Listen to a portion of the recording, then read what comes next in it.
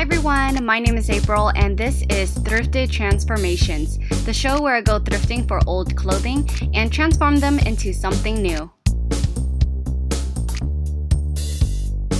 So today's episode is in collaboration with Annika Victoria, and if you guys aren't familiar with her channel, here's a little trailer for you. Annika does some awesome DIY fashion videos, and she also does some thrifty makeovers as well. If you love saving money and making your own clothes, subscribe to her channel and you won't regret it. So Annika and I went thrifting at our local thrift stores, and if you guys didn't know, she's from Australia and I'm from California. So I'm really excited to see what items she picked out for me. We gave ourselves a $20 budget and sent each other 3 items of clothing from our thrift store, and now the goal is to make a thrifted transformation out of them. Alright, let's open up her package to see what she sent me.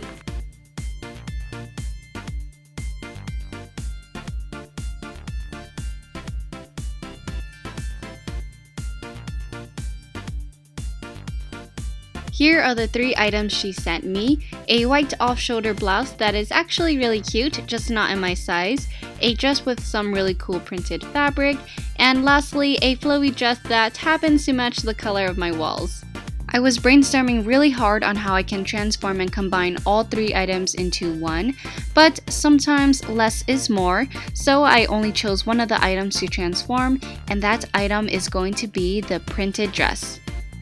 After sketching out a bunch of designs, I decided to go with a formal romper that can be worn to many different occasions. Before we get started, I just wanted to remind you guys that we are so close to hitting 1 million subscribers. So if you aren't subscribed yet or are new to my channel, hit that subscribe button because I make thrifted transformations and DIY fashion videos every week. Also, head over to Annika's channel to see the mystery items I sent her, and subscribe to her channel as well, because if you love what I do on my channel, you guys are going to love her as well. The first step is to deconstruct a dress so we can see how much we have to work with.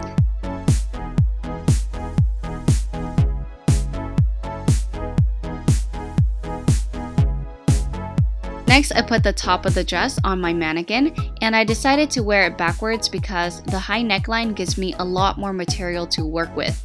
I designed a plunging neckline that looks like this, and then cut it out.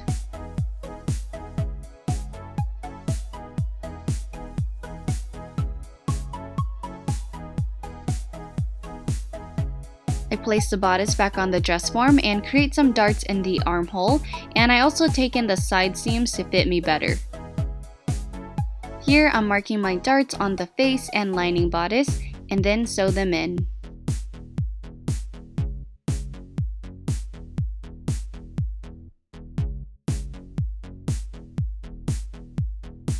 Take the 2 bodice layers and face them right sides together.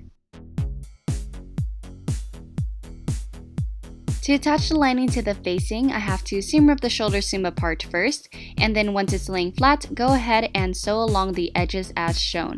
Make sure to leave about 2 to 3 inches at the top of the armholes unsewn, and you'll understand why we're doing this later.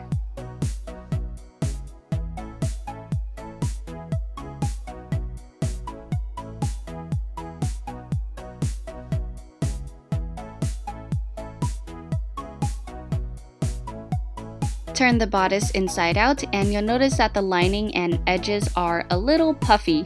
To keep the lining underneath, understitch it down. Since the fabric is very thin, I probably should have added some interfacing to help hold its shape, but I didn't, so it looks kind of floppy. Here's why we left the shoulder seam and armhole open at the top. Face the front and back shoulder seams right sides together, lining to lining and facing to facing, and then sew the shoulder seam closed.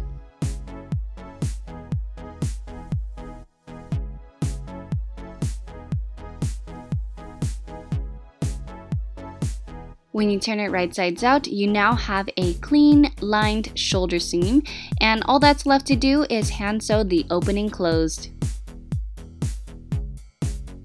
Moving on to the shorts, I'll be using the skirt to cut out my pieces. Because I wanted to save the pockets, watch what I'm doing here. I'm pinching the center front and back and bringing them to the sides. And now the pockets are in the middle. The reason why I'm doing this is because I'm using a simple shorts pattern that doesn't require a side seam, which is perfect because it won't mess with the pockets. To make this pattern piece, you can trace a pair of shorts that you like and cut it out on fold, and then I added a few inches to the waist for pleats.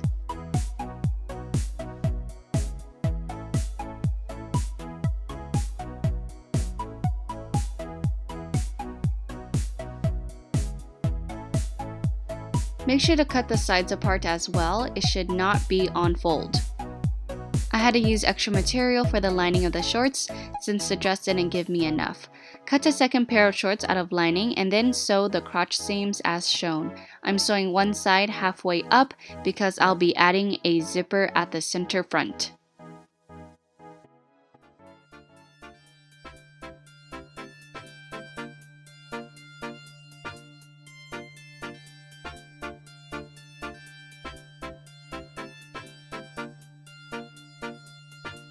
Next, close up the inner leg seam.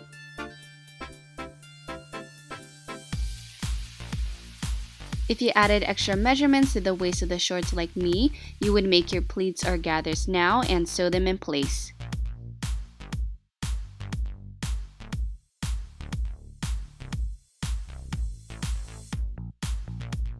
Now it's time to sew the invisible zipper in the center front, and I already have a detailed video on how to do this, so I'll put the link to that video down below.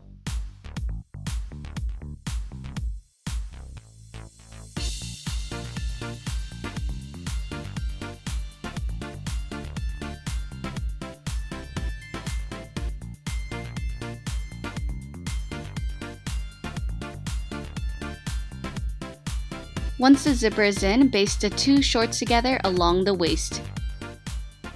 Next, I'm taking the leftover material from the bottom of the skirt and using it to make a peplum around the waist. For the peplum, I have 3 layers: the facing, interfacing, and lining. The interfacing I'm using is pretty heavy because I really wanted to give the skirt some body. Sew or fuse the interfacing onto the wrong side of the fabric so they act as one piece. Then sew the face and lining right sides together along 3 sides, but leave one long side open so we can turn it inside out.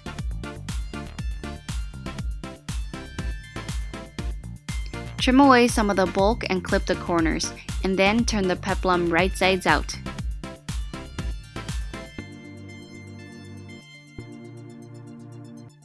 To keep the lining underneath and to give your peplum a nice clean look, understitch, understitch, understitch. It really makes a difference to your garments.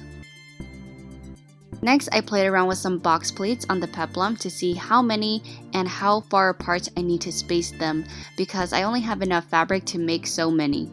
Once I finalize my pleats, I can base stitch the peplum along the waist of the shorts. Keep in mind they should have the same exact waist measurements. Now to attach the shorts to the top, I'm going to sandwich the waistband on the bodice over the waist of the shorts to hide all the raw edges, and then sew the waistband down.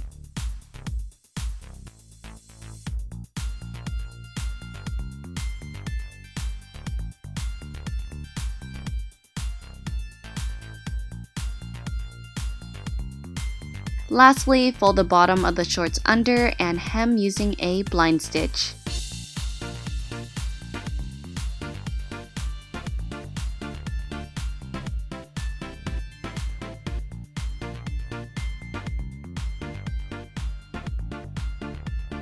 Since I still had some scraps left over, I thought, why not make a fake bow tie for my boyfriend to wear so we can match.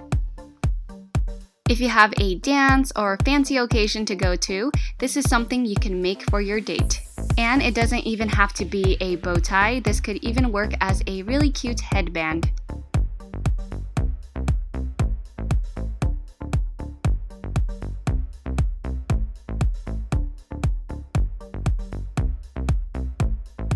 To put on the bow tie, I used an elastic as the neckband, so it's super easy to put on.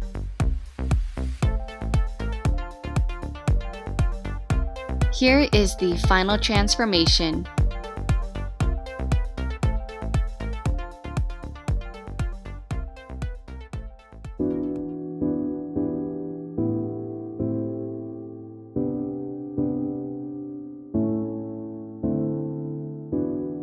I still have the pockets in the shorts, but the peplum is hiding it. So you can't really walk around with your hands in your pockets, but you can still use it to hold your money, keys, and cards. And to help hold the front part down so it doesn't expose my boobs, I used some double-sided tape.